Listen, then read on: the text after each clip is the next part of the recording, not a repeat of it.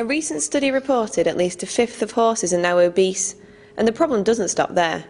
It's also a serious issue for domestic animals like cats and dogs. The RSPCA has found that a quarter of cats and a third of dogs are overweight, and experts estimate that 3.5 million canines need to lose a few pounds. So what do vets think of the problem? I think the root of a lot of obesity in pets is the fact that their owners want to indulge their pets. And that's part of the reward of owning a pet, is that you have something that is unerringly there, easy to reward, and makes you feel good about yourself if you can do that. So the line about killing them with kindness is apt in this instance. The other problem, of course, is that we feed our pets predominantly processed foods now. And a bit like with men and women, as we are better fed, the diseases that we get change. We start getting diabetes.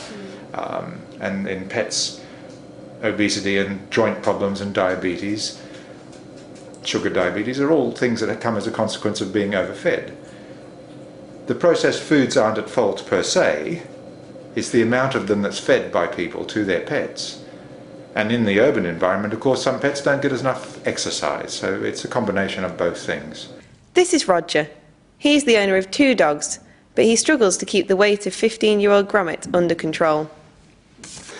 We tend to overfeed him. We feed him a lot of bits and pieces, particularly cheese. He loves cheese. And of course, when he looks at you like that, he's very hard to resist.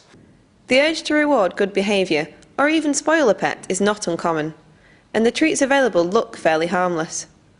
Unfortunately, there are over 100 calories in some of the smaller bones, which can easily amount to a quarter of their daily allowance.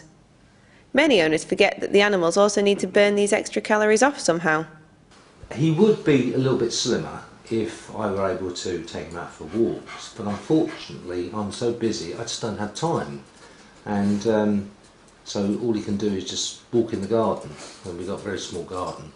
So sadly that doesn't get rid of any of his fat either. Even in densely populated areas like London, there's plenty of green spaces to walk your dog, like here in Barnard Park in Islington.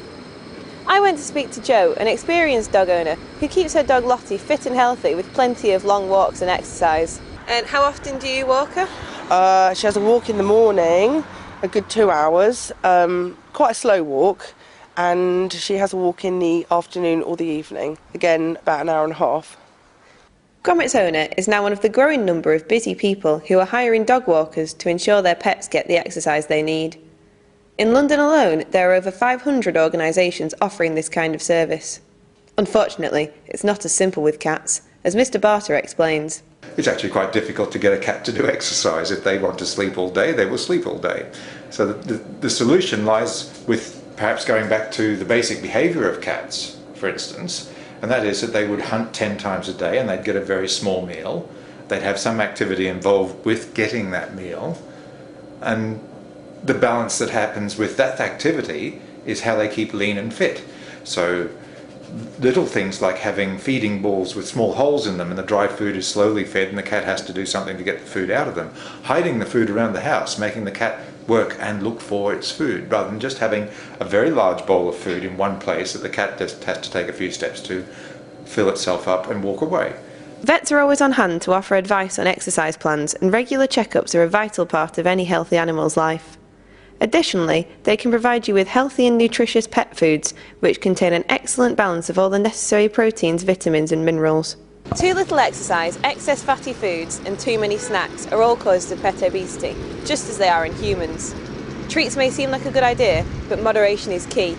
Otherwise, the UK are in danger of killing their pets with kindness.